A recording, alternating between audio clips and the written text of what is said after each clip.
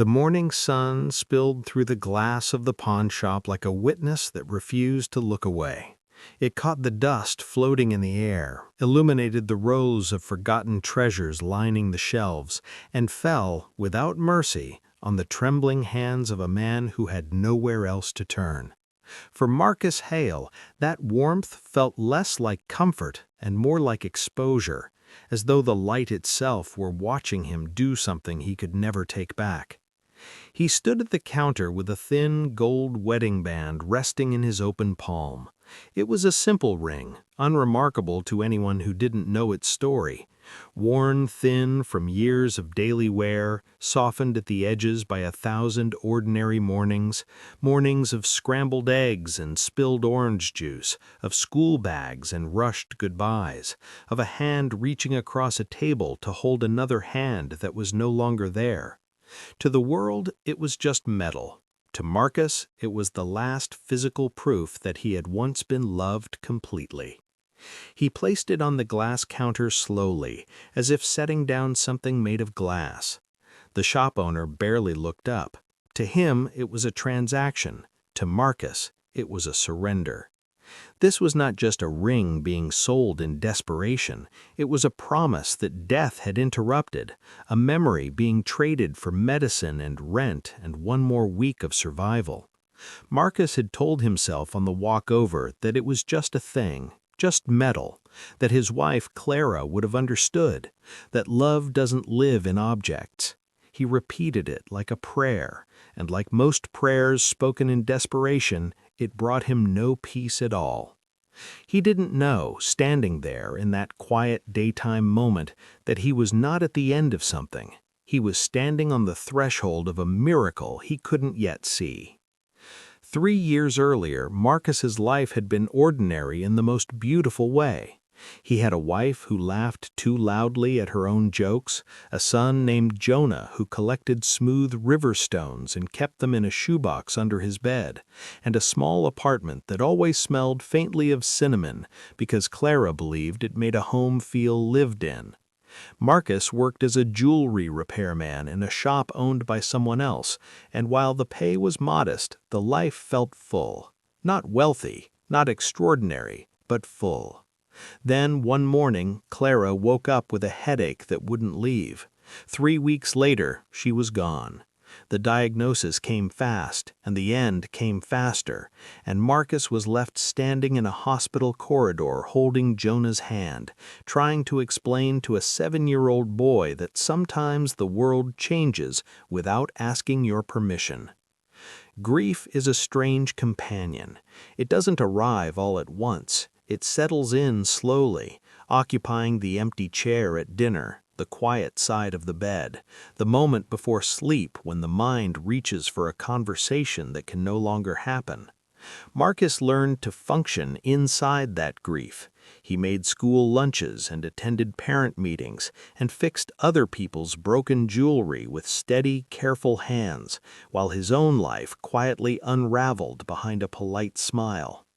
The bills came first, then the notices, then the moment when Jonah developed a high fever in the middle of a cold Tuesday night, and Marcus counted the money in his wallet and looked at the nearly empty medicine bottle on the nightstand and understood, without wanting to, what he was going to have to do. He had looked at the ring on his finger for a long time before he took it off. He sat at the kitchen table while Jonah slept, and he turned it in the light. And he thought about Clara. He thought about the afternoon they bought it, a small jewelry shop, a budget they had laughed about, Clara insisting that the thin band was perfect because she didn't want something so big she'd be afraid to wear it every day. She wanted to wear it every single day. Marcus put it in his pocket and he walked to the pawn shop before the weight of the decision could stop him. Memories cannot pay bills. Pride does not buy medicine. He chose survival over sentiment, even though the choice felt like a betrayal born entirely from love. What Marcus did not notice as he turned to leave the shop with his modest payment folded in his jacket was the woman standing quietly near the back wall. She had arrived without announcement or ceremony, holding an antique watch she'd brought in for repair. She was dressed simply, in soft and understated colors, the kind of woman whose presence suggests calm rather than power. Nothing about her appearance would have told you that she was one of the most successful and quietly influential billionaires in the region. Her name was Celeste Rowan, and she had built her empire not through ruthlessness, but through an almost uncomfortable ability to see people clearly. She had walked into rooms full of polished professionals and always found herself watching the person in the corner, the assistant who stayed late, the vendor who apologized too quickly, the contractor who did impeccable work and asked for too little in return. She had a talent for recognizing quiet strength, and the moment she saw Marcus place that ring on the counter, she understood the entire story without needing a single word explained. She watched the way he held that ring, as though releasing it required the same effort as releasing breath under water. She watched the careful, deliberate way he walked out of the shop, each step controlled and precise, the walk of a man holding himself together through sheer discipline. And she felt something she rarely felt in boardrooms or at charity galas. She felt the specific ache of witnessing real sacrifice. Celeste had given to many causes in her life. She had signed checks with many zeros and attended ribbon-cutting ceremonies and had her name on plaques she never looked at.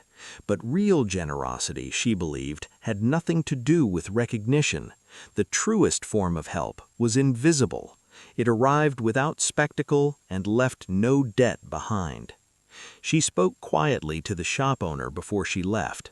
2 days later, Marcus received a letter at his workplace. A private foundation was seeking a skilled jewelry restorer for a significant personal collection. The rate of pay was listed at the bottom, and Marcus read it twice, then a third time, convinced he had misunderstood. It was more than his current employer paid him in a month.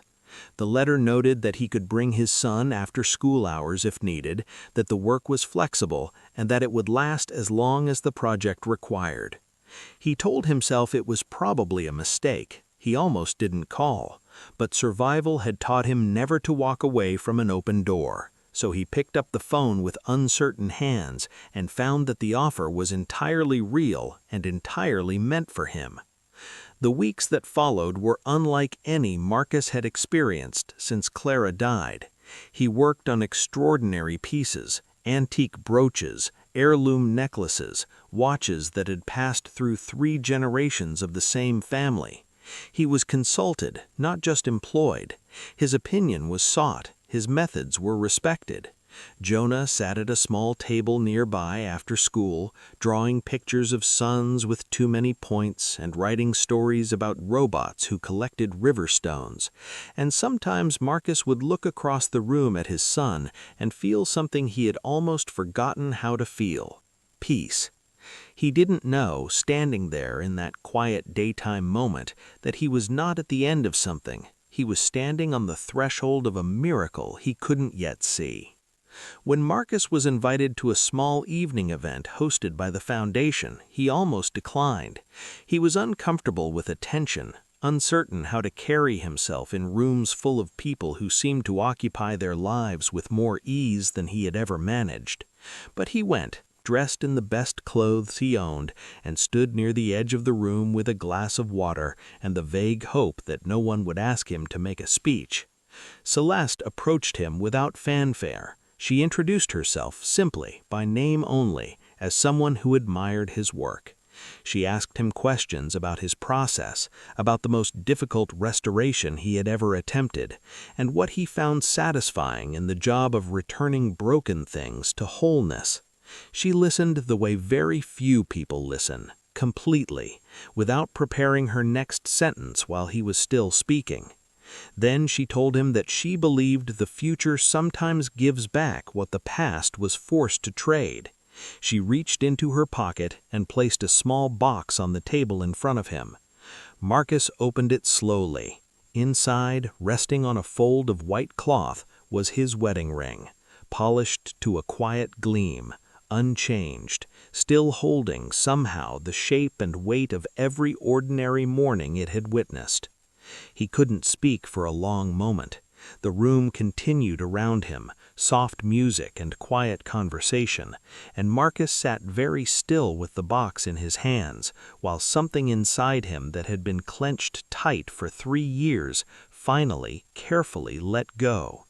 It was not the relief of charity, it was the relief of being seen, truly seen by another human being in a world that felt very large and very indifferent for a very long time.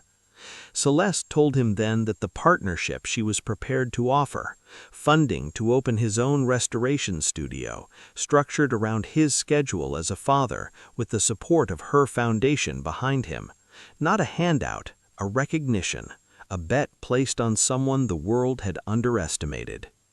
Today, morning light pours through wide front windows into a small studio with his name